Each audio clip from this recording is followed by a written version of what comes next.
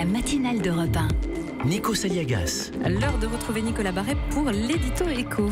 Nicolas Barret, c'est le directeur de la rédaction des Échos. Et on va parler du fameux et du loufoque, un peu, patron de Tesla, Elon Musk, qui en communication met tout le monde d'accord parce qu'il est totalement incontrôlable. Mais il a surpris tout le monde. Le constructeur de voitures électriques commence à faire des bénéfices. Oui, ils deviennent rentables. Ils ont dégagé 300 millions de dollars de bénéfices au troisième trimestre. Ils seront rentables sur la fin de l'année.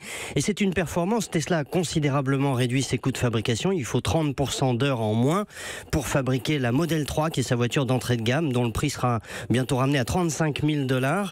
La Model 3 qui doit permettre à Tesla de changer de dimension et de passer d'un marché de niche à un marché de masse. Donc, Elon Musk, à sa façon, serait en train de réussir son pari, Nicolas. Oui, et ce qui est intéressant dans cette histoire, c'est ce qu'elle dit du capitalisme américain, souvent critiqué pour son court-termisme, mais qui prouve qu'il a retrouvé le sens du long terme. Tesla est entrée en bourse il y a 8 ans, c'est une éternité. Elle a brûlé plus de 6 milliards de dollars de cash. Plusieurs fois, l'entreprise s'est retrouvée à 2 doigts de la faillite.